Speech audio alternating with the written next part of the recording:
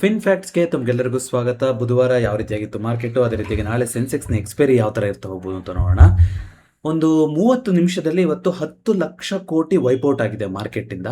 So ಒಂದಿಷ್ಟು ಕಾರಣಗಳಿದೆ. Iran ಒಂದು 3 ಒಂದು ಹಡಗುಗಳು ಹೋಗ್ತಾ ಇತ್ತು ಸ್ಟ್ರೈಟ್ ಆಫ್ ಹಾರ್ಮೋಸಲ್ಲಿ, ಅದ್ರ ಮೇಲೆ ಅಟ್ಯಾಕ್ ಮಾಡ್ತು ಅನ್ನೋ ಒಂದು ಉದ್ದೇಶಕ್ಕೆ US ಬದಲಿ ಅಟ್ಯಾಕ್ ಅಂತ ಹೇಳ್ಬಿಟ್ಟು ಅವರ ಪೋರ್ಟ್ಗಳು, ಅವರ ಮಿಲಿಟರಿ ಬೇಸ್ಗಳು ಇದ್ರ ಮೇಲೆಲ್ಲ ಅಟ್ಯಾಕ್ ಮಾಡ್ತು ಅಂತ ಬಂದಿತ್ತು.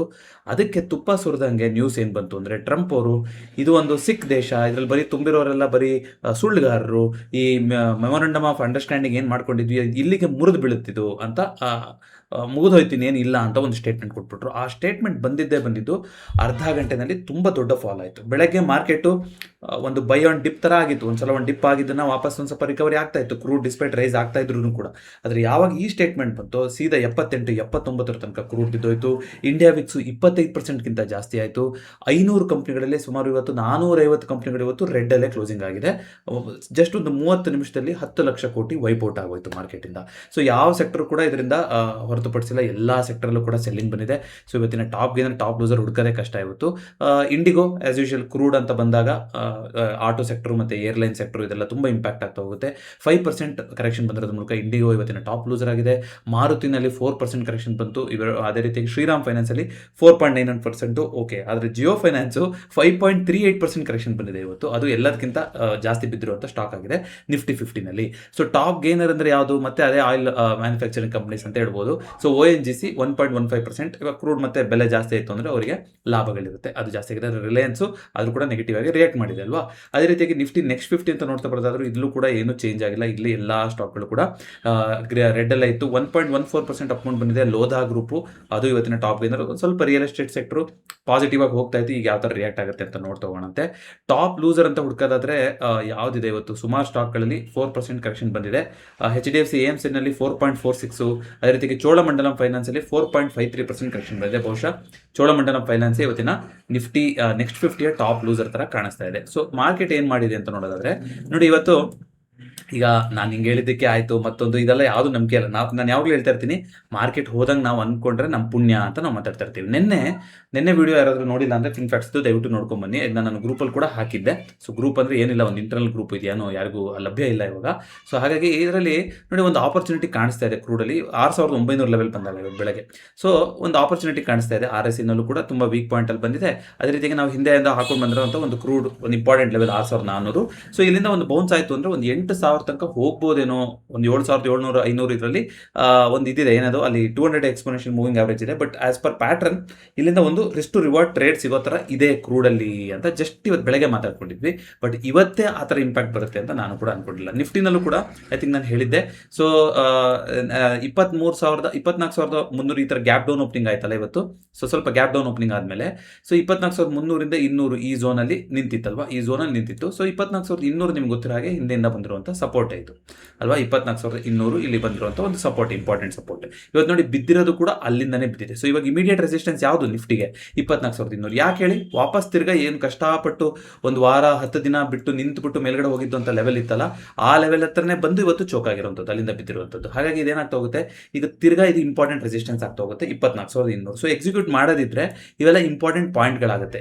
ಇವಾಗ ಯಾರಾದರೂ ಒಂದು ಡೈರೆಕ್ಷನಲ್ ಮೂವ್ ಬರುತ್ತೆ. ಮತ್ತೊಂದು ಇವಾಗ ನೋಡಿ, ಯಾಕೆ 24,200 ಬಿದ್ದುಬಿಟ್ರೆ ತುಂಬ ಜೋರಾಗಿ ಬೀಳುತ್ತೆ ಅಂತ ಇವತ್ತು ನಾನು ಬೆಳಗ್ಗೆ ಹೇಳ್ತಾ ಇದ್ದೆ ಅಂದರೆ, 24,200 ಮಲ್ಟಿಪಲ್ ಟೈಮ್ಸ್ ಅಟೆಂಪ್ಟ್ ಮಾಡಿ ಇಲ್ಲಿ ಈ ಝೋನಲ್ಲಿ ಅಲ್ಲಿಂದ ಮೇಲ್ಗಡೆ ಹೋಗಿರುವಂಥ ಝೋನ್. ಸೊ ಏನೇ ಆದ್ರೂ ಕೂಡ ಈ ಲೆವೆಲಲ್ಲಿ ಅದು ಬೌನ್ಸ್ ಆಗಿ ಮೇಲ್ಗಡೆ ಹೋಗಬೇಕು. ಇಲ್ಲ ಅಂದರೆ ಈಗ ಇದಿಷ್ಟಕ್ಕೂ ಇದೇನು ಬಂದಿದೆಯಲ್ಲ ಇದಕ್ಕೆ ಬೆಲೆನೇ ಕೊಡ್ದಂಗೆ ಆಗುತ್ತೆ. ಆಗ ಶಾರ್ಪ್ ಆಗಿ 24,000 ಕಡೆಗೆ ಬರ್ಬೋದು ಅಂತ ಒಂದು ಊಹೆ ಇತ್ತು. ಆದರೆ ಇವತ್ತೇ ಬೀಳುತ್ತೆ ಅನ್ನೋದು ಖಂಡಿತ ಯಾರಿಗೂ ಗೊತ್ತಿರಲಿಲ್ಲ. ಬಟ್ ಇವತ್ತೇ ಆ ರಿಯಾಕ್ಷನ್ ಕೂಡ ಆಗಿದೆ. 24,300 ಸೀದಾ 23,800 ತನಕ ಇವತ್ತು ಶಾರ್ಪ್ ಆಗಿ ಫಾಲ್ ಆಗ್ತಾ ಹೋಯಿತು 30 ಮಿನಿಟ್ಸಲ್ಲಿ. ಕೊನೆ ಮೂಮೆಂಟಲ್ಲಿ ಸ್ವಲ್ಪ ರಿಕವರಿ ಥರ ಬಂದಿದೆ. ಆದರೂ ಕೂಡ ಈಗ 23,774ಕ್ಕೆ ಈಗ ಸಂಚಕಾರ ಬಂದಿದೆ. ಸೊ ಈಗೇನಾಗಿದೆ, ಇರಾನ್ ಅವರು ನೀವು US ಅವರೇ ನೀವು ಸೀಸ್ ಫೈರ್ನ ಉಲ್ಲಂಘನೆ ಮಾಡಿದಿರಾ ಅಂದಮೇಲೆ ಅಂತ ಹೇಳಿ ಒಂದು 85-100 ಕಡೆ USದು ಏನೇನು ಜಾಗಗಳಿದೆ, ಬಹ್ರೇನು, ಕುವೈತು, ಈ ಥರ ಕತಾರ್, ಇದರಲ್ಲೆಲ್ಲ ಅಲ್ಲೆಲ್ಲ ಸ್ವಲ್ಪ ಅಟ್ಯಾಕ್ಗಳನ್ನು ಶುರು ಮಾಡಿದ್ದಾರೆ, ಬಹ್ರೇನ್ ಮತ್ತು ಕುವೈತಲ್ಲಿ ಅಂತ ಕೇಳ್ಪಟ್ಟೆ. ಸೊ ಇದು ಎಸ್ಕಲೇಷನ್ ಆಗ್ತಾ ಹೋಗುತ್ತೆ. ಆಲ್ರೆಡಿ ಡೌ ಜೋನ್ಸ್ ಫ್ಯೂಚರ್ಸ್ ಎಲ್ಲದೂ ಕೂಡ ರಿಯಾಕ್ಟ್ ಆಗಿದೆ. ಗಿಫ್ಟ್ ನಿಫ್ಟಿ ಸ್ವಲ್ಪ ರಿಕವರ್ ಆಗಿದೆ ಅಲ್ಲಿಂದ, ಬಟ್ ಕ್ರೂಡ್ ಈಗಲೂ ಕೂಡ 77-78 ಲೆವೆಲ್ ಇದೆ. ಗೋಲ್ಡ್ ಸ್ವಲ್ಪ ರಿಕವರಿ ಆಗಿದೆ. ಬಟ್ US ಮಾರ್ಕೆಟ್ ಅಂತ ನಾವು ನೋಡ್ತಾ ಬರೋದಾದ್ರೆ ಐ ಥಿಂಕ್ ನೋಡಿ ಆಲ್ರೆಡಿ ಡೌ ಜೋನ್ ಫ್ಯೂಚರ್ಸ್ ಒಂದು 400 ಪಾಯಿಂಟ್ಗಳ ನೆಗೆಟಿವಿಟಿನ ತೋರಿಸ್ತಾ ಇದೆ. ಇಂಥದ್ದು 600-700 ಕಡೆಗೆ ಹೋಗಿತ್ತು, ಇವಾಗ ಸ್ವಲ್ಪ ರಿಕವರಿ ಆಗಿ 400 ಕಡೆಗೆ ಬಂದಿದೆ.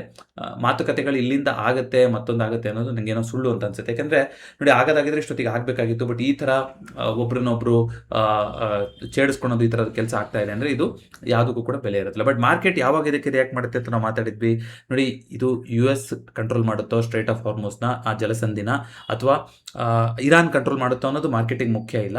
ಆದರೆ ಏನು ಸೇಫ್ ಆಗಿ ಪ್ಯಾಸೇಜಲ್ಲಿ ಟ್ರಾವೆಲ್ ಆಗ್ತಾ ಇದೆಯಲ್ಲ, ಅದು ಬೇರೆ ಬೇರೆ ದೇಶಗಳ ಆಯಿಲ್ ಆಗಿರ್ಬೋದು, ಗ್ಯಾಸ್ ಆಗಿರ್ಬೋದು, ಅದು ಎಲ್ಲಿ ತನಕ ಸುಗಮವಾಗಿ ಹೋಗ್ತಾ ಇರುತ್ತೋ ಮಾರ್ಕೆಟ್ ಇದು ಯಾರು ಕಂಟ್ರೋಲ್ ಮಾಡ್ತಾನೆ ಅನ್ನೋದನ್ನ ತಲೆ ಕೆಡಿಸ್ಕೊಳೋದಿಲ್ಲ ಅಂತ ಆ ಮಾರ್ಕೆಟ್ ಕ್ರೂಡ್ ಸೆಟ್ಲ್ ಆದ ದಿನನೇ ನಾವು ಮಾತಾಡಿದ್ವಿ. ಈಗೇನಾಗಿದೆ, ಅದಕ್ಕೆ ಸಂಚಕಾರ ಬಂದಿದೆ. ಅಲ್ಲಿ ಪಾಸ್ ಆಗ್ತಾ ಇದ್ದಂಥ ವೆಸಲ್ಗಳ ಮೇಲೇ ಅಟ್ಯಾಕ್ ಆಗಿದೆ. ಹಾಗಾಗಿ ಮಾರ್ಕೆಟ್ ರಿಯಾಕ್ಟ್ ಮಾಡ್ತಾ ಇದೆ.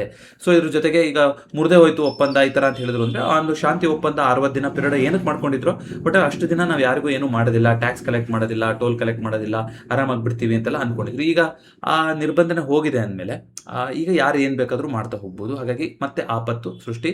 ಮತ್ತೆ ಇವಾಗ 110 ರೂಪಾಯಿ ಆಗಿದೆ, ಯಾವಾಗ ಕಮ್ಮಿ ಮಾಡ್ತೀವಿ ಅಂತ ನಾವೆಲ್ಲ ಕೇಳ್ತಾ ಇದ್ವಿ. ಇನ್ನು ಕಮ್ಮಿ ಮಾಡೋಕ್ಕೆ ಚಾನ್ಸಸ್ ಇದೆಯಾ? ಚಾನ್ಸೇ ಇಲ್ಲ ಬಿಡಿ, ಕಮ್ಮಿ ಮಾಡೋಕ್ಕೆ ಚಾನ್ಸೇ ಇಲ್ಲ ಇಂಡಿಯಾದಲ್ಲಿ. ಸೊ ಏನು ಮಾಡೋಕ್ಕಾಗಲ್ಲ. ಕ್ರೂಡ್ ಜಾಸ್ತಿ ಆಯಿತು ಅಂದರೆ ನಾವೆಲ್ಲರೂ ಕೂಡ ಇಂಪ್ಯಾಕ್ಟ್ ಆಗೇ ಆಗ್ತೀವಿ. ಸೊ ಅದು ಅದೇ ರೀತಿ ಕಾಣಿಸ್ತಾ ಇದೆ. ಸೊ ಹಾಗಾಗಿ ಮಾರ್ಕೆಟಲ್ಲೂ ಕೂಡ ಅದು ಕಾಣಿಸಿದೆ ಇವತ್ತು reaction. So 23,774 very very important. ಈ ಝೋನ್ನ ಉಳಿಸ್ಕೊಳಕ್ಕೆ ಆಗಲಿಲ್ಲ ಅಂದರೆ ನಾವು ಗೊತ್ತಿಲ್ಲ. ಹಿಂದೆ 23,600 ಈ ಒಂದು ಗ್ಯಾಪ್ ಇದೆ ಇಲ್ಲಿ ಅಂತ ಮಾತಾಡ್ತಿದ್ವಲ್ಲ, ಈ ಗ್ಯಾಪು ಈ ಸಲ ಫಿಲ್ ಆಗೋ ಥರ ಬರ್ತಾ ಇದೆ. ನೋಡಿ, ಇದು ಎಷ್ಟು ಸಲ ಮಾತಾಡಿದ್ದೀವಿ ಚಾನಲಲ್ಲಿ ಅಂತ ನನಗೆ ಗೊತ್ತಿಲ್ಲ. ಯಾವುದಾದ್ರೂ ಒಂದು ಲೆವೆಲ್ಲು ಬಸ್ ಸ್ಟ್ಯಾಂಡ್ ಲೆವೆಲ್ ಆಗಿದೆ ಅಂದರೆ, ಆ ಬಸ್ ಸ್ಟ್ಯಾಂಡ್ ಲೆವೆಲಿಂದ ಬಿಟ್ಟು ಮೇಲ್ಗಡೆ ಹೋಗ್ತಿದೆ ಅಂದರೆ ಆ ಬಸ್ ಸ್ಟ್ಯಾಂಡ್ ಲೆವೆಲ್ ಅಷ್ಟೇ ದೊಡ್ಡ ಮೂಮೆಂಟ್ ಬರುತ್ತೆ ಅಂತ. ಬಂತೋ ಇಲ್ವೋ? ಬಂತು. ಸೊ ಬಂದಾದಮೇಲೆ ವಾಪಸ್ ಅದನ್ನ ಬಂದು ಎಷ್ಟಾಗ್ತಿದೆ ಅಂದರೆ ಏನಾಗಬೇಕು, ಇಷ್ಟು ದೊಡ್ಡದು ನಿಂತಿರುವಂಥ ಬಸ್ ಸ್ಟ್ಯಾಂಡು ನಿಜವಾಗ್ಲೂ ಅದು ಬ್ರೇಕ್ಔಟ್, ನಿಜವಾದ ಬ್ರೇಕ್ಔಟ್ ಆಗಿತ್ತು ಅಂದರೆ ಅಲ್ಲಿ ಬಂದು ಅಲ್ಲಿ ಸಪೋರ್ಟ್ ತೊಗೊಂಡು ವಾಪಸ್ ಮೇಲ್ಗಡೆ ಹೋಗಬೇಕು, ಅಥವಾ ಅಲ್ಲಿ ಪಾಸ್ ಆಗಿ ನಿಲ್ಲಬೇಕು. ಇಷ್ಟೊಂದು ದೊಡ್ಡ ಬಸ್ ಸ್ಟ್ಯಾಂಡ್ ಆಗಿದೆ ಅಂದರೆ ಅದು ಯಾವುದಕ್ಕೂ ಬೆಲೆ ಕೊಡ್ದಂಗೆ ಈ ಥರ ಕೊಚ್ಕೊಂಡು ಹೋಗೋ ಕ್ಯಾಂಡ್ಲು ಅಂತ ಕರಿತೀನಿ ಇದನ್ನ. ಈ ಥರ ಆಯಿತು ಅಂದರೆ ಅರ್ಥ ಏನು, ಈ ಬಸ್ ಸ್ಟ್ಯಾಂಡೇ ವೀಕ್ ಆಗೋಗಿದೆ ಇವಾಗ ಅನ್ನೋ ಒಂದು ಸುಳುವನ್ನು ಮಾರ್ಕೆಟ್ ಹಿಂದೆ ಸುಮಾರು ಸಲ ಕೊಟ್ಟಿದೆ. ಆ ಒಂದು ದೃಷ್ಟಿಯಿಂದ ನೋಡೋದಾದ್ರೆ ಈಗ ಈ ಲೆವೆಲ್ನು ಕೂಡ ಮುರಿದ್ರು ಕೂಡ ಆಶ್ಚರ್ಯ ಇಲ್ಲ ನಿಫ್ಟಿ. ಆಗ 23,600 ಈ ಗ್ಯಾಪ್ ಫಿಲ್ಲಿಂಗ್ ಏನಾಗಿದೆ ಅದನ್ನು ಮಾಡಲಿಕ್ಕೆ ಬರ್ತಾ ಹೋಗುತ್ತೆ. ಇದು ನೋಡೋಣ ನಾಳೆ ಯಾವ ರೀತಿ ಆಗುತ್ತೆ ಅನ್ನೋದ್ರ ಮೇಲೆ ಡಿಸೈಡ್ ಆಗ್ತಾ ಹೋಗುತ್ತೆ. ಬಟ್ ಡೈಲಿ ಕ್ಯಾಂಡ್ಲಲ್ಲಿ ಇಷ್ಟು ದೊಡ್ಡ ಕ್ಯಾಂಡ್ಲು ಬಂದಿರುವಂಥದ್ದು. ಸೊ ಮಾರ್ಕೆಟು ಮತ್ತೆ ವೀಕ್ ಆಗಿದೆ ಅನ್ನೋದನ್ನ ಇಲ್ಲಿ ಹೇಳ್ತಾ ಇದೆ. 23,774 ಆ 23,600 ಆ ಗ್ಯಾಪ್ ಫಸ್ಟ್, ಮುಂದಿನೆಲ್ಲ ಆಮೇಲೆ. ಕೆಲವರಿಗೆ 18,000 ಹೋಗುತ್ತೆ ಅಂತ ಬಂದಿರೋದು. ಇವಾಗ ಡಿಬೇಟ್ ಎಲ್ಲ ಬರ್ತಾ ಹೋಗುತ್ತೆ, ಫುಲ್ ಮುಗಿದೇ ಹೋಯ್ತು, ಕ್ರ್ಯಾಶ್ ಆಯಿತು ಅಂತ. ನಮಗೆ ಗೊತ್ತಿಲ್ಲ, ಯಾಕೆಂದರೆ Q1 ಅಪ್ಡೇಟ್ಗಳು, ಸುಮಾರು ಕಂಪ್ನಿಗಳ Q1 ರಿಸಲ್ಟ್ಸು ನಾಳೆಯಿಂದ ಬರ್ತಾ ಇದೆ. ಇಂಡಿಯಾದಲ್ಲಿ Q1 ರಿಸಲ್ಟ್ಸು ಕೂಡ ಯಾವ ಥರ ಆಗುತ್ತೆ ಅನ್ನೋದನ್ನ ನಾವು ನೋಡ್ತಾ ಹೋಗಬೇಕು. ಸೊ ಯಾಕೆಂದರೆ ಬೇರೆ ಮಾರ್ಕೆಟೆಲ್ಲ ಆಲ್ ಟೈಮ್ ಹೋಗಿದ್ದಾಗ ನಾವು ಅಲ್ಲೇ ನಿಂತಿದ್ವಿ. ಸೊ ಮಾರ್ಕೆಟ್ ಆಲ್ರೆಡಿ ನಮ್ಮದ್ರಲ್ಲಿ ಫ್ಯಾಕ್ಟ್ರಿನ ಆಗೋಗಿದೆಯಾ, ಬರೀ ಕ್ರೂಡ್ ನ್ಯೂಸಿಗೆ ರಿಯಾಕ್ಟ್ ಮಾಡುತ್ತಾ, Q1 ನ್ಯೂಸನ್ನು ಪಾಸಿಟಿವ್ ಆಗಿ ತಗೊಳುತ್ತಾ, ಗೊತ್ತಿಲ್ಲ, ಏನಾಗುತ್ತೆ ಅನ್ನೋದು ಗೊತ್ತಿಲ್ಲ. ಸೊ ಸದ್ಯಕ್ಕೆ ನಾಳೆ ಈ ಲೆವೆಲ್ನ ಏನು ಮಾಡುತ್ತೆ ಅನ್ನೋದ್ರ ಮೇಲೆ ಮಿಕ್ಕಿದ ನಿರ್ಧಾರಗಳು ಡಿಸೈಡ್ ಆಗ್ತಾ ಹೋಗುತ್ತೆ. ಬಟ್ ಸದ್ಯಕ್ಕೆ ಮಾರ್ಕೆಟು ವೀಕ್ ಆಗಿ ಕಾಣಿಸ್ತಾ ಇದೆ. ಸೊ ಕ್ರೂಡು 78 ಲೆವೆಲ್ ನೋಡಿ, ಇಲ್ಲಿ 79, 80 ಲೆವೆಲ್ ತನಕ ಹೋಗಿ ಅಲ್ಲಿಂದ ಒಂದು ಸ್ವಲ್ಪ ಸೆಟ್ಲ್ ಆಗೋ ಥರ ಕಾಣಿಸ್ತಿದೆ, ಸ್ವಲ್ಪ ಅಷ್ಟೇ. ಸೊ ಈ ಒಂದು ಇಂಪಾರ್ಟೆಂಟ್ ಲೆವೆಲ್ ಆಗಿತ್ತು, ಇಲ್ಲಿ ಬಂದಿತ್ತು, ಅಲ್ಲಿಂದ ವಾಪಸ್ ಮೇಲ್ಗಡೆ ಹೋಗಿದೆ. ಸೊ ಮೇಲ್ಗಡೆ ಹೋಗ್ತಾ ಇದೆ. ಈಗ ಹೋದರೆ ಎಲ್ಲಿ ತನಕ ಜಾಗ ಇದೆ, 84, 85 ತನಕ ಜಾಗ ಇದೆ ಇಲ್ಲಿ. ಯಾಕೆಂದರೆ ಅಲ್ಲಿ ನೆಕ್ಸ್ಟ್ ರೆಸಿಸ್ಟೆನ್ಸ್ ಪಾಯಿಂಟ್ಗಳಂತ ಬರ್ತಾ ಹೋಗುತ್ತೆ. ಅದಕ್ಕಿಂತ ಮೇಲೆ ಹೋದರೆ 96 ಲೆವೆಲ್ ತನಕ ಜಾಗ ಇದೆ. ನೋಡೋಣ ಇದೇನಾದರೂ ತುಂಬ ಒಂದು ದೊಡ್ಡ ಸ್ಪೈಕ್ ಆಗುತ್ತಾ ಅಂದರೆ ಅರ್ಥ ಏನು, ಇಲ್ಲಿಂದ ನೋಡಿ ಒಂದು ಒಳ್ಳೆ ಬಸ್ ಸ್ಟ್ಯಾಂಡ್ ಆಗಿ ಇಲ್ಲಿಂದ ಒಂದು ದೊಡ್ಡ ಮೂವ್ಮೆಂಟ್ ಕೊಟ್ಟಿತ್ತು. ಈಗ ವಾಪಸ್ ಬಂದು ಈ ಲೆವೆಲ್ ತನಕ ಇದ್ದಿದ್ದಂಥ ಕರೆಕ್ಷನ್ನ ಮುಗಿಸಿ ಇಲ್ಲಿಂದ ಮತ್ತೆ ತಿರ್ಗಾ ಬೌನ್ಸ್ ಆಗ್ತಾ ಹೋಗುತ್ತಾ ಅನ್ನೋದನ್ನ ನಾವು ನೋಡ್ತಾ ಹೋಗಬೇಕು. ನೋಡೋಣಂತೆ ಯಾವ ರೀತಿಯಾಗಿ ಚೇಂಜಸ್ ಆಗ್ತಾ ಹೋಗುತ್ತೆ ಅಂತ.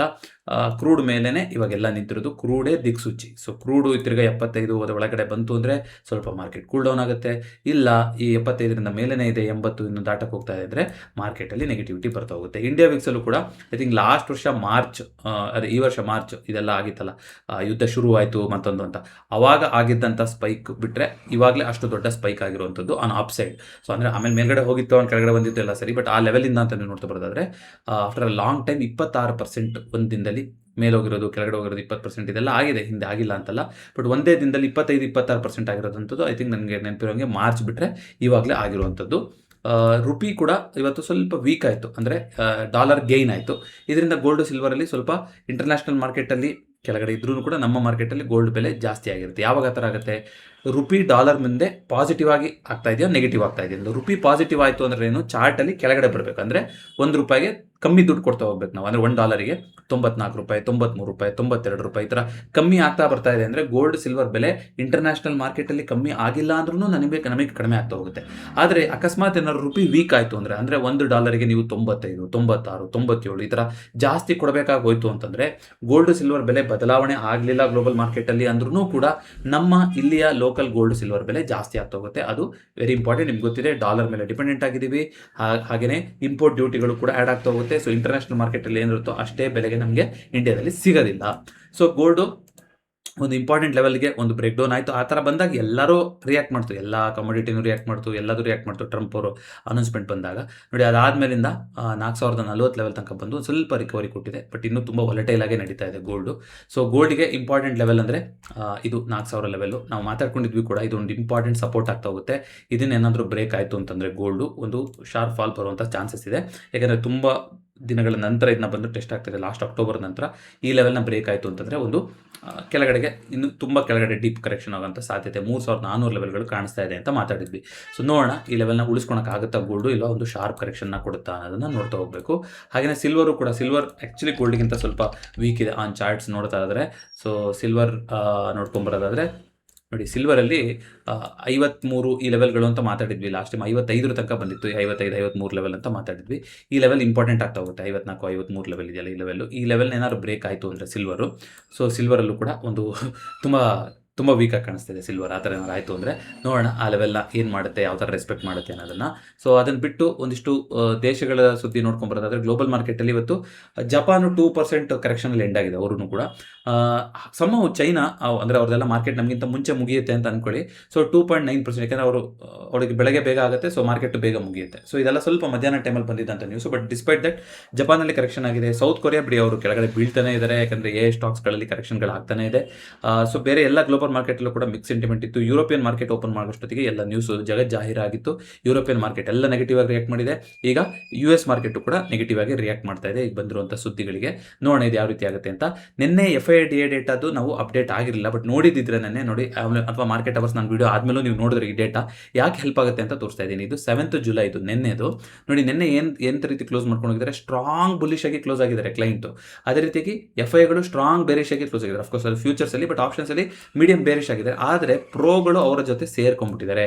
ನೋಡಿ, ಯಾವಾಗ ಇವರಿಬ್ಬರು ಒಂದು ಕಡೆ ಸೇರ್ಕೊಂತಾರಲ್ಲ, ಅದು ಡೆಡ್ಲಿ ಕಾಂಬಿನೇಷನ್. ಅದು ಏನಾದರೂ ಸ್ಟ್ರಾಂಗ್ ಬೇರಿಶ್ ಆಗಿ ಸೇರ್ಕೊಂಡ್ಬಿಟ್ರು ಅಂತಂದರೆ ಕಂಪ್ಲೀಟ್ ಅವತ್ತು ಮಟನೇ ಕ್ಲೈಂಟ್ ಅವ್ರದ್ದು ಫುಲ್ ಏನು ಮಾಡೋಕ್ಕಾಗಲ್ಲ. ಬಟ್ ಕ್ಲೈಂಟು ಎಕ್ಸಾಕ್ಟಾಗಿ ಆಪೋಸೈಡಲ್ಲೇ ಸಿಗಾಕೊಂತಾರೆ ಅನ್ನೋದನ್ನ ನೀವು ನೋಡ್ಬೋದು. ತಪ್ಪು ಅಂತ ನಾನು ಹೇಳೋಕ್ಕಾಗೋದಿಲ್ಲ. ಯಾಕೆಂದರೆ ನೋಡಿ, ಟಿಪಿಕಲ್ ಆಗಿ ನೀವು ನೋಡ್ತಾ ಬರೋದಾದ್ರೆ ಮಾರ್ಕೆಟ್ನ ಆಯಿತು ಒಂದು 10-15 ದಿನದಿಂದ ಇದೇ ಲೆವೆಲಲ್ಲಿ ಇತ್ತು. ಅಲ್ಲಿಂದ ಒಂದು ಬ್ರೇಕ್ಔಟ್ ಕಾಣಿಸ್ತಾ ಇದೆ ನನಗೆ. ಸೊ ಮಾರ್ಕೆಟ್ ಪಾಸಿಟಿವ್ ಆಗಿದೆ ಅಂತ ಹೇಳ್ಬಿಟ್ಟು ಎಲ್ಲರೂ ಒಂದಿಷ್ಟು ಇನ್ವೆಸ್ಟ್ ಕೂಡ ಮಾಡಿರ್ಬೋದು. Okay, after long time market ಮೇಲ್ಗಡೆ ಹೋಗ್ತಾ ಇದೆ ಅಂತ ಒಂದು ಟ್ರೇಡ್ ಆಪರ್ಚುನಿಟಿ ಅಂತ ಕೂಡ ತಗೊಂಡಿರ್ಬೋದು, ಎಲ್ಲ ಆಗಿರ್ಬೋದು. ಬಟ್ ನೋಡಿ, ಈ ಥರ ಆದಾಗ ಈ ಹಳೇದು ಒಂದು ಚಾನಲಲ್ಲಿ ಬರ್ತಾ ಇತ್ತು, ಈ ಚಾನಲಿಂದ ಬಿಟ್ಟು ಮೇಲ್ಗಡೆ ಹೋಗಿದೆ, ಒಂದು ಬಸ್ ಸ್ಟ್ಯಾಂಡ್ ಆಗಿದೆ. ಟು ಬಿ ಪ್ರಿಸೈಸ್ ಆಗಿ ಇನ್ನೂ ನಾವು ಕನ್ಫರ್ಮೇಷನ್ಗೆ ನೋಡಬೇಕು ಅಂದರೆ ನೋಡಿ, ಈ ಲೆವೆಲ್ನ ಬಿಟ್ಟು ಹೋಗುತ್ತಾ ಅಂತ ನೋಡಬೇಕಿತ್ತು. ಆ ಲೆವೆಲ್ ಮೇಲ್ಗಡೆ ಕ್ಲೋಸಿಂಗ್ ಕೊಡೋಕೆ ಆಗಿರಲಿಲ್ಲ. ಜೊತೆಗೆ 200 ಎಕ್ಸ್ಪೆನ್ಷನ್ ಮೂವಿಂಗ್ ಆವರೇಜ್ ಕೂಡ ಅಲ್ಲೇ ಬರ್ತಾರೆ. ಯಾವಾಗಲೂ ಹೇಳ್ತಾ ಇರ್ತೀನಿ, 200 ಡೈಲಿ ಕ್ಯಾಂಡಲಲ್ಲಿ ಇದ್ರ ಬಗ್ಗೆ ಮೂವಿಂಗ್ ಆವರೇಜ್ ಅಂತ ಡೆಡಿಕೇಟೆಡ್ ವಿಡಿಯೋ ಇದೆ. 200 ಮೂವಿಂಗ್ ಆವರೇಜ್ಗಿಂತ ಯಾವಾಗ ಮಾರ್ಕೆಟು ಕೆಳಗಡೆ ಬಂದು ಟ್ರೇಡ್ ಆಗ್ತಾ ಇದೆಯೋ ಅದೆಲ್ಲ ಸಮಯದಲ್ಲಿ ಅದು ಸೂಪರ್ ವೀಕ್ ಅಂತ ನಾವು ಕನ್ಸಿಡರ್ ಮಾಡಬೇಕು. ಯಾಕೆಂದರೆ 200 ದಿನದ ಆವರೇಜ್ ಲೆವೆಲ್ ಏನಿರುತ್ತೋ ಅದಕ್ಕಿಂತ ಕೆಳಗಡೆ ಬಂದು ಟ್ರೇಡ್ ಆಗ್ತಾ ಇದೆ ಅಂದರೆ ಅದನ್ನು ಮೇಲ್ಗಡೆ ಹೋಗೋಕ್ಕೂ ಕೂಡ ತುಂಬ ಟೈಮ್ ಬೇಕಾಗ್ತಾ ಹೋಗುತ್ತೆ. ಮೋರ್ ಓವರ್ ಈ ಲೆವೆಲ್ಗೆ ಬಂದಿದ್ದು 24,500 ಬಂದಿದ್ದು, ನಾನು ಟೈಟ್ಲಲ್ಲೂ ಕೊಟ್ಟಿದ್ದೆ 2 ತಿಂಗಳ ನಂತರ ಬಂದಿದೆ ಈ ಲೆವೆಲ್ಗೆ ಅಂತ ಕೊಟ್ಟಿದ್ದೆ. ಸೊ 2 ತಿಂಗಳ ನಂತರ ಬಂದಿದೆ ಅಂತಂದಾಗ ಅಫ್ಕೋರ್ಸ್ ಶಾರ್ಟ್ ಪೀರಿಯಡ್ ಅಂತಾನೆ ಆಯಿತು. ಯಾಕಂದರೆ 1 ವರ್ಷ 2 ವರ್ಷ ಆದಮೇಲೆ ಬಂದರೆ ಅದಕ್ಕೆ ತುಂಬ ರೆಸಿಸ್ಟೆನ್ಸ್ ಇರುತ್ತೆ ಅಂತ. ಬಟ್ ನಿಫ್ಟಿನಲ್ಲಿ ಕೂಡ ಅಷ್ಟೇ ನ್ಯಾರೋ ಝೋನಲ್ಲಿ 2 ತಿಂಗಳಿಂದ ಇದೆ ಅಂದರೆ ಅದನ್ನ ಒಂದ್ಸಲ ನಾವು ಅಟೆಂಡ್ ಮಾಡೋಕ್ಕೆ ಬಿಡಬೇಕಾಗಿತ್ತು. ಅದರ ಮೇಲ್ಗಡೆ ಕ್ಲೋಸಿಂಗ್ ಕೊಡುತ್ತಾ ಏನು ಆಗುತ್ತೆ ಅಂತ ನೋಡೋಣ ಅಂತ. ಅದರ ಆಗಲೇ ನೋಡಿ, ಎಕ್ಸ್ಪೈರಿ ಮುಗಿಸಿದ್ರೆ ಎಕ್ಸ್ಪೈರಿ ಆಗ್ತಿದ್ದಂಗೆ ಕೆಳಗಡೆ ಡಂಪ್ ಆಗ್ತಾ ಹೋಯ್ತು. ಇದಕ್ಕೆ ಇನ್ನೂ ಒಂದು ಕ್ಲೂ, ನಿನ್ನೆ ಯಾರು ವಿಡಿಯೋ ನೋಡಿದಿರಾ, ಸೆನ್ಸೆಕ್ಸ್ನಲ್ಲಿ OI ಸ್ವಲ್ಪ ನೆಗೆಟಿವ್ ಆಗಿ ಕಾಣಿಸ್ತಾ ಇದೆ. ನಿಫ್ಟಿನಲ್ಲಿ ನಿನ್ನೆ ಅಷ್ಟೇ ಎಕ್ಸ್ಪೈರಿ ಮುಗಿದಿದೆ, ಆದರೆ ಸೆನ್ಸೆಕ್ಸ್ ನೆಗೆಟಿವ್ ಕಾಣಿಸ್ತಾ ಇದೆ ಅಂತ ನೆನ್ನೆ ಮಾತಾಡಿದ್ವಿ. ಅಂದರೆ ಕ್ಲೂಗಳು ಸಿಗುತ್ತೆ ಮಾರ್ಕೆಟಲ್ಲಿ. ಕಂಪ್ಲೀಟ್ ಆಗಿ ಇಲ್ಲಿ ರಿಟೇಲ್ಗಳನ್ನ ಮಂಗ ಮಾಡ್ತಾರೆ, ಇಲ್ಲೇನು ಇರೋದಿಲ್ಲ ಅನ್ನೋದು ಎಲ್ಲ ಸಲನೂ ಆಗಲ್ಲ. ಅಫ್ಕೋರ್ಸ್ ಸುಮಾರು ಸಲ ಅದೇ ಥರನೇ ಆಗೋದು. ಆದರೆ ಕೆಲವೊಂದು ಸಲ ಮಾರ್ಕೆಟು ನಮಗೆ ಕ್ಲೀನಾಗಿ ಕ್ಲೂನ ಕೊಡ್ತಾ ಇರುತ್ತೆ, ಇಲ್ಲಿ ಏನೋ ಸರಿ ಹೋಗ್ತಾ ಇಲ್ಲ, ಇದರಲ್ಲಿ ನಾವು ಬ್ರೇಕ್ಔಟಲ್ಲಿ ನಂಬಬಾರ್ದು ಅನ್ನೋದಕ್ಕೆ ಸುಮಾರು ಇನ್ಸ್ಟೆನ್ಸ್ಗಳನ್ನು ನಿಮಗೆ ಹೇಳಿದ್ದೀನಿ ಯಾವ್ಯಾವ ಥರ ಒಂದು ಕ್ಲೂ ಕೊಟ್ಟಿತ್ತು ಮಾರ್ಕೆಟ್ ಅಂತ. ಸೊ ಅದನ್ನು ಬಿಟ್ಟು ಅಂತ ನೋಡೋದಾದ್ರೆ ಇವತ್ತಿಂದ ಇನ್ನೂ ಅಪ್ಡೇಟ್ ಆಗಿಲ್ಲ ಇರೋದು FIDI ಡೇಟಾ. ಸೊ ಹಾಗೆಯೇ ಕ್ಯಾಶ್ ಮಾರ್ಕೆಟ್ ಅಂತ ನೋಡ್ಕೊಂಬರೋದಾದ್ರೂ ಕೂಡ ಇದರಲ್ಲಿ ಕಾಣಿಸಲ್ಲ. ನಿನ್ನೆ FIಗಳು 393 ಕೋಟಿ ಬೈ ಮಾಡಿದ್ದಾರೆ, DIಗಳು 383 ಕೋಟಿ, ವೆರಿ ಮೈನರ್ ನಂಬರಲ್ಲಿತ್ತು. ಬಟ್ ಇವತ್ತು ಯಾವ ರೀತಿ ಆಗಿತ್ತು ಅಂತ ನೋಡೋಣಂತೆ.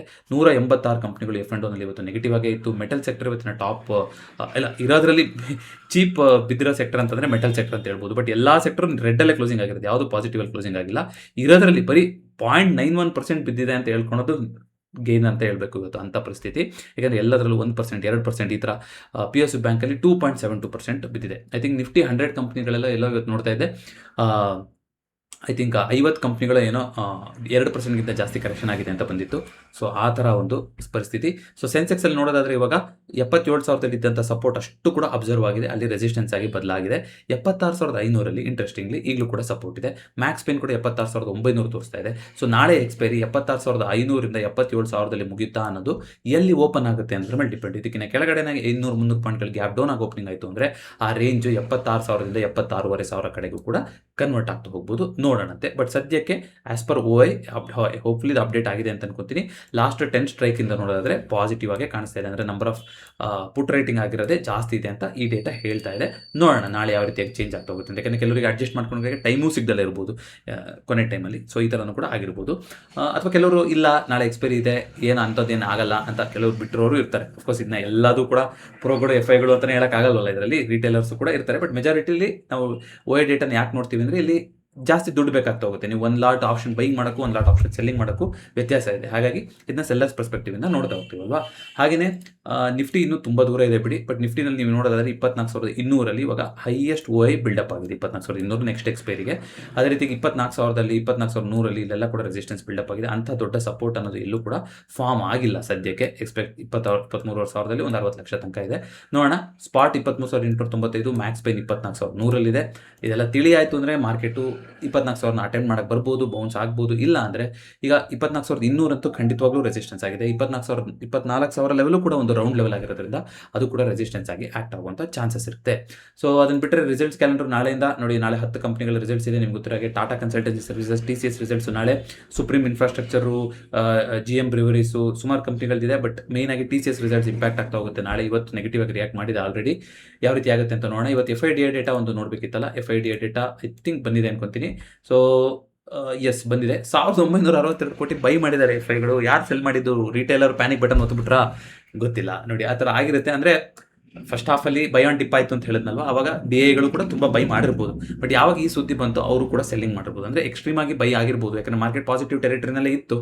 ಆಮೇಲೆ ಈ ಥರ ಸುದ್ದಿ ಬಂದಮೇಲೆ ಅದರಲ್ಲಿ ಒಂದಿಷ್ಟು ಸೆಲ್ಲಿಂಗ್ನ ಮಾಡ್ಕೊಂಡಿರ್ಬೋದು. ನೆಟ್ ಫಿಗರ್ ಇವತ್ತು ಇಬ್ಬರು ಕೂಡ ಪಾಸಿಟಿವ್ ಆಗಿ ಕ್ಲೋಸಿಂಗ್ ಆಗಿದ್ದಾರೆ. ಹಾಗಾಗಿ ಹೇಳೋದು ಒಂದೊಂದ್ಸಲ ಈ FIDI ಡೇಟಾಗೂ ಮಾರ್ಕೆಟ್ ರಿಯಾಕ್ಷನ್ ಆಗೋಕ್ಕೂ ನಮಗೆ ಲಿಂಕೇ ಸಿಗೋದಿಲ್ಲ. ಅದು ಯಾಕೆ ಅಂದರೆ ಅವರು ಆ ಇಡೀ ದಿನದಲ್ಲಿ ಏನು ಮಾಡಿರ್ತಾರೆ ಅನ್ನೋದ್ರ ಮೇಲೆ ಅದು ಡಿಪೆಂಡ್ ಆಗುತ್ತೆ. ಯಾರಿಗೆ ಗೊತ್ತು, ಒಂದು 5,000-6,000 ಕೋಟಿ ಬೈ ಮಾಡಿರ್ಬೋದಿತ್ತು DIಗಳು ಇವತ್ತು ಬೆಳಗ್ಗೆ. ಅದಾದಮೇಲೆ ಅದರಲ್ಲಿ 6,000 ಕೋಟಿನಲ್ಲಿ ಆಲ್ಮೋಸ್ಟ್ ಒಂದು 5,200 ಕೋಟಿ ಸೆಲ್ ಮಾಡಿದ್ದಾರೆ ಅಂದರೆ, ಆದರೂ ಕೂಡ ನೆಟ್ ಅವರು ಪಾಸಿಟಿವ್ ಆಗೇ ಇರ್ತಾರಲ್ವ. ಸೊ ಈ ಥರ. ಸೊ ಹಾಗಾದರೆ ಬೆಳಗ್ಗೆ ತುಂಬ ಮೇಲ್ಗಡೆ ಹೋಗಬೇಕಿತ್ತಲ್ಲ ಅಂತ ಒಂದು ಬೌನ್ಸ್ ಆಗಿತ್ತು ಇವತ್ತು. ನೀವು ಸೂಕ್ಷ್ಮವಾಗಿ ಅಬ್ಸರ್ವ್ ಮಾಡಿದ್ರೆ ನಿಫ್ಟಿನಲ್ಲಿ ಈ 15 ಮಿನಿಟ್ಸ್ ಕ್ಯಾಂಡಲಲ್ಲಿ ನೀವು ನೋಡೋದಾದ್ರೆ 23,200 ಲೆವೆಲ್ಗೆ ಬಂತಲ್ಲ, ಅಲ್ಲಿಂದ ಒಂದು 100 ಪಾಯಿಂಟ್ಸ್ಗಳ ಬೌನ್ಸ್ ಬಂದಿತ್ತು ಬಿಡಿ. ಬೌನ್ಸ್ ಬಂದು ಆಮೇಲೆ ಆ 23,200 ಇನ್ನೊಂದ್ಸಲ ಅಟೆಂಡ್ ಮಾಡಿ ಅಲ್ಲಿಂದ ಕರೆಕ್ಷನ್ ಬಂದಿರುವಂಥದ್ದು. ನೀಟಾಗಿ ಲೆವೆಲ್ಸ್ಗಳನ್ನ ರೆಸ್ಪೆಕ್ಟ್ ಮಾಡಿಕೊಂಡು ಚಾರ್ಟ್ ಪ್ಯಾಟರ್ನ್ ಎಲ್ಲ ಫಾಲೋ ಮಾಡ್ಕೊಂಡು ಇವತ್ತು ನಿಫ್ಟಿ ಬಿದ್ದಿತ್ತು. ಇದಿಷ್ಟು ಇವತ್ತಿನ ಫಿನ್ಫ್ಯಾಕ್ಟ್ಸ್ ಆಗಿತ್ತು. ಈ ವಿಡಿಯೋ ಇಷ್ಟ ಆಗುತ್ತೆ ದಯವಿಟ್ಟು ವಿಡಿಯೋನ ಲೈಕ್ ಮಾಡಿ ಹಾಗೂ ಚಾನಲ್ಗೆ ಸಬ್ಸ್ಕ್ರೈಬ್ ಮಾಡಿ. ಮತ್ತೊಂದು ವಿಡಿಯೋದೊಂದಿಗೆ ಭೇಟಿ ಆಗೋಣ. ಎಲ್ಲರಿಗೂ ನಮಸ್ಕಾರ.